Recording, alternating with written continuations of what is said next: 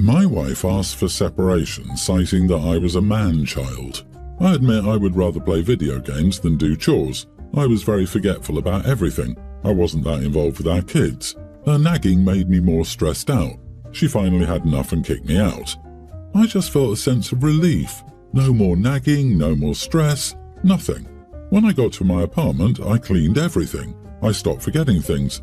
It made sense to wash dishes now, and it made sense to make my bed. I felt the urge to clean. It was like I was a different man. I was more involved with my kids, and it made sense now to pack lunch for them, to read them bedtime stories, whereas in our marriage I just felt burdened. I still played video, but it wasn't like an addiction I used to have. It's like my problems and all the mental blocks just ended overnight. I looked online for more advice on life after divorce and was told to go to the gym. I did it once. The gym isn't for me. I do some jumping jacks and stuff for 15 minutes a day and eat healthy. I've lost 30 pounds in 4 months. I've been dipping my feet in dating too, and I have or had a kind of friends with benefits situationship. I'm taking things casual for now. All in all, my life is going on an upward trajectory. I've realised that I'm not a man-child. More so, my wife is a bad partner, and that's why I used to seek comfort in video games and felt no motivation in life. When I separated from her, I became better almost instantly. My wife has seen my change and wants to get back together.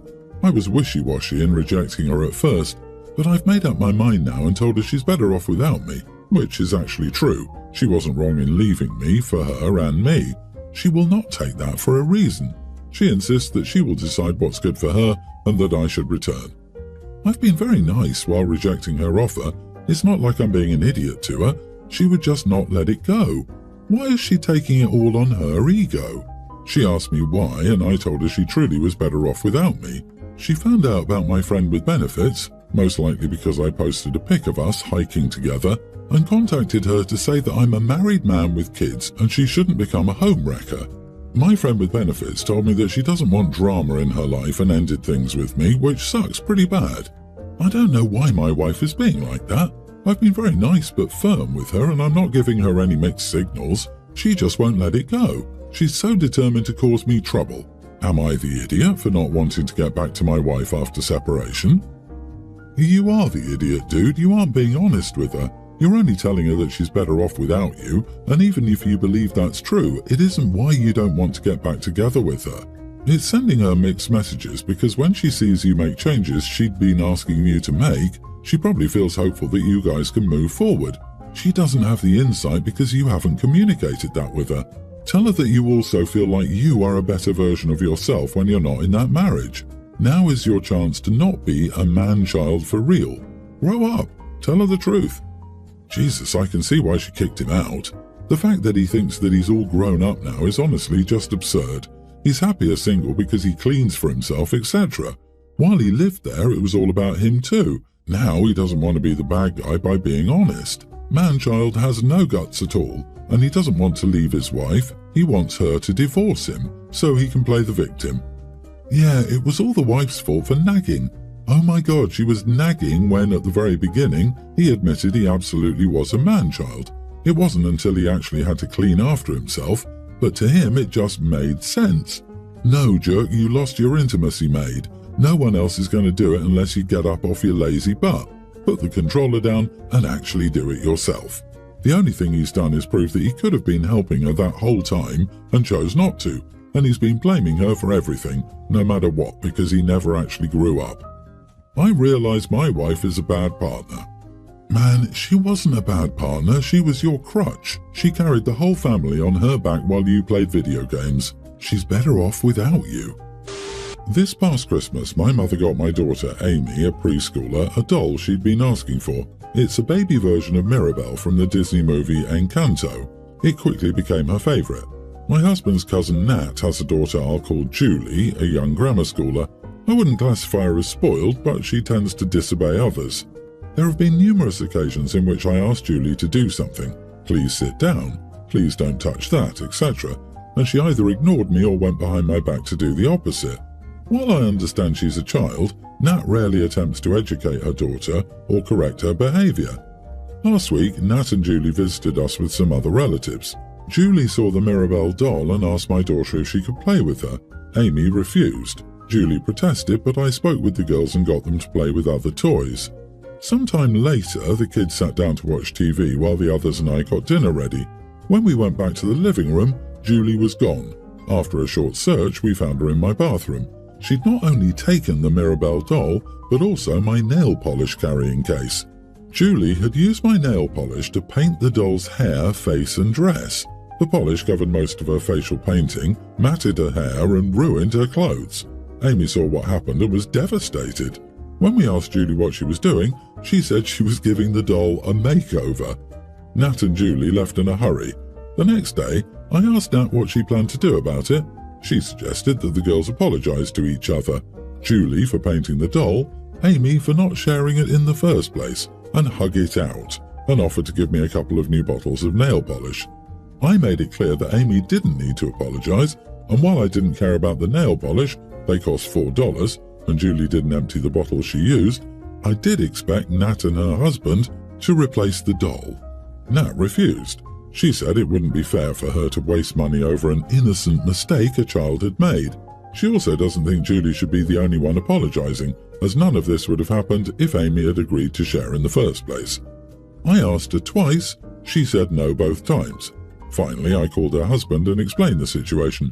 He apologised profusely and agreed to buy Amy a new doll. He stopped by on Saturday and gave it to us. He also brought Julie along and made her apologise to Amy. Apparently, Nat and her husband fought over this as she kept insisting that Julie was just a child and they owed us nothing. So now, besides saying I was acting entitled to expect a new doll, she's blaming me for their fight. My husband is on my side, but my mother-in-law thinks I should apologise, as this is blown out of proportion, and I could have dealt with it more gracefully. She also thinks it was wrong of Amy to refuse to share. Am I the idiot? Every sane person is on your side, so it's not the idiot. At least the spoiled girl's dad has some common sense. I wonder why people hang out with crap relatives and then complain about issues that they cause. I give everyone a fair chance, and if they blow it, then they are gone out of my life, and I couldn't care less about them whining and complaining. Everyone gets what they deserve. Oh my God, how infuriating. There is no reason your daughter should have had to share her doll in the first place. Mother-in-law is way out of line for that. Your daughter shared her other toys. You know damn well that other little girl did that to your daughter's doll deliberately, out of spite. I'm angry at you for even considering for a moment that you're wrong in this. The other daughter's mother is so far out of line it's insane. And for the love of God, never let those idiots in your house again. I, 30 female, lost my husband 4 years ago. We share 2 children. Our son is a tween and our daughter is a young grammar schooler. Since my husband's death, I focused on myself and my children, and I have no interest in dating or finding another husband. My mom had experience with this when my sister and I were children, young grammar schoolers. We lost our dad and mom remarried 15 months later. At the time, she told us we were getting a new dad. Once her husband arrived, there was an expectation and pressure to call him Dad, and Mom took down all photos of Dad. We, my sister and I, took some photos of Dad and hid them with our friends out of fear Mom would destroy or throw them all away. She didn't, but the ones we didn't take were locked in storage and have never seen the light of day. My sister asked for them occasionally and was told she didn't need them. Our dad's stuff is likely in there too, if they weren't tossed in the garbage. It caused a lot of strain between us and Mom. For the last 2 years, my mom has been dropping hints that I should get back out there, and I always said I didn't want to or I would ignore it. Then, a couple of months ago, she told me I needed to get my kids a dad before it was too late, that I needed a husband. I told her they have a dad who doesn't need replacing. She dropped it for another few weeks, but then she brought it up to me last week. She told me the kids need a dad, and I need a husband around, or I will be alone and lonely for the rest of my life. She told me I couldn't remain dedicated to being my husband's wife for the rest of my life. She said I'm too young and the kids are too young never to get another dad. I told her I don't want another husband and my kids don't need another dad. She asked me where I would be if she had that mindset and I didn't have a dad. I told her I lost my dad at 6 and I miss him every day and I never had another one.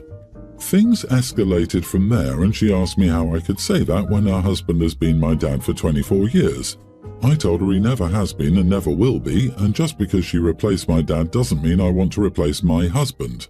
Mom was furious and told me that wasn't fair and that I should understand her better.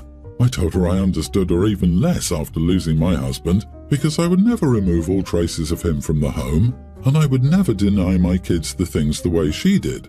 I would never force my kids to call someone else dad, and I told her I couldn't even imagine wanting to find them someone else to call dad. I told her they had an amazing dad, and he's still their dad, just the way mine will always be my dad.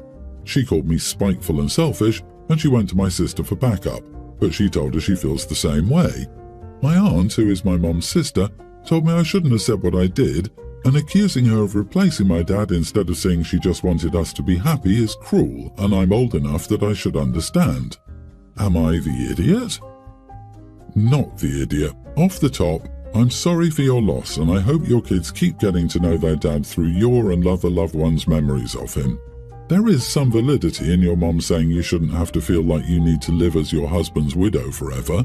You can treasure that love and also find new love, but your mom is majorly overstepping.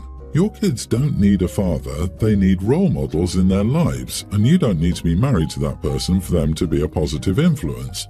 It's clear your mom was scared to be alone, but her fear had a profound impact on you that wasn't positive, and she's old enough to understand that her choices have consequences. Honey, you mustn't repeat your mother's mistakes to validate her feelings. Your mom should never have tried to replace your dad. The way she handled your childhood was unhealthy for you and for her. It sounds like you're now just getting a chance to get these pent-up feelings out, and your mom is probably very defensive because she's either in denial about how much her actions messed with you, or too upset to understand how much her actions messed with you. It's good that you were able to get it out there. We sold our house a few months ago. The house has an in-ground pool which was closed before the sale. We had 2 large deck boxes near the pool to hold all the pool equipment.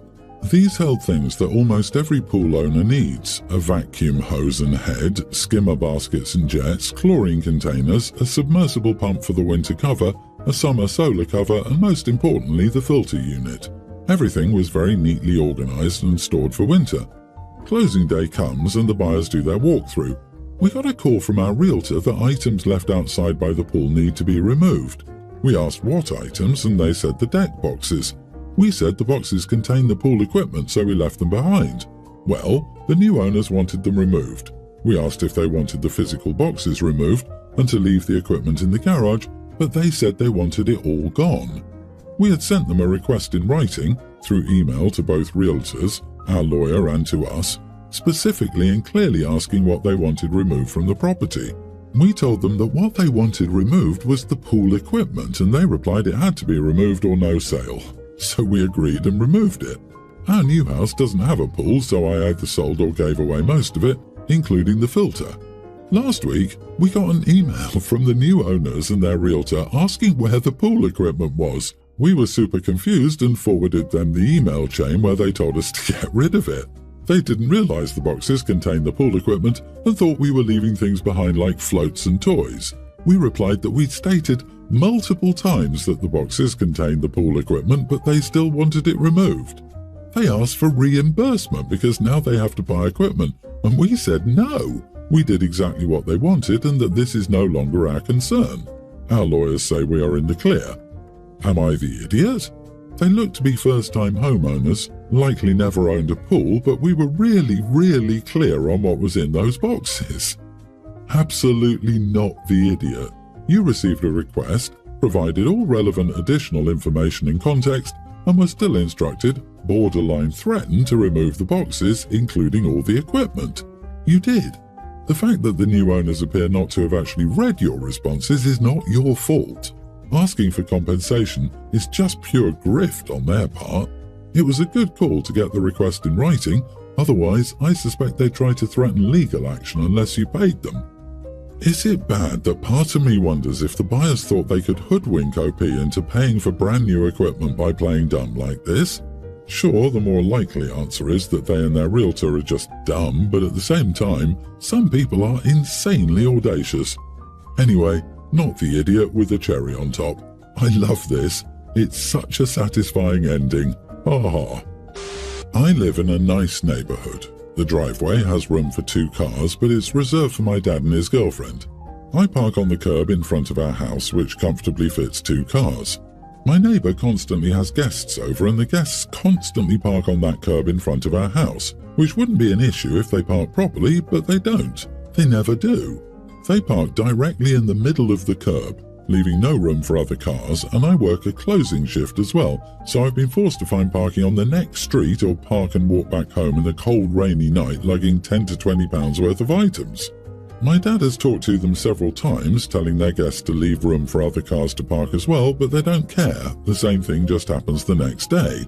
My neighbour got a new truck and someone dinked it. He came over today to ask if we could check our ring footage to see if it caught anything on camera only.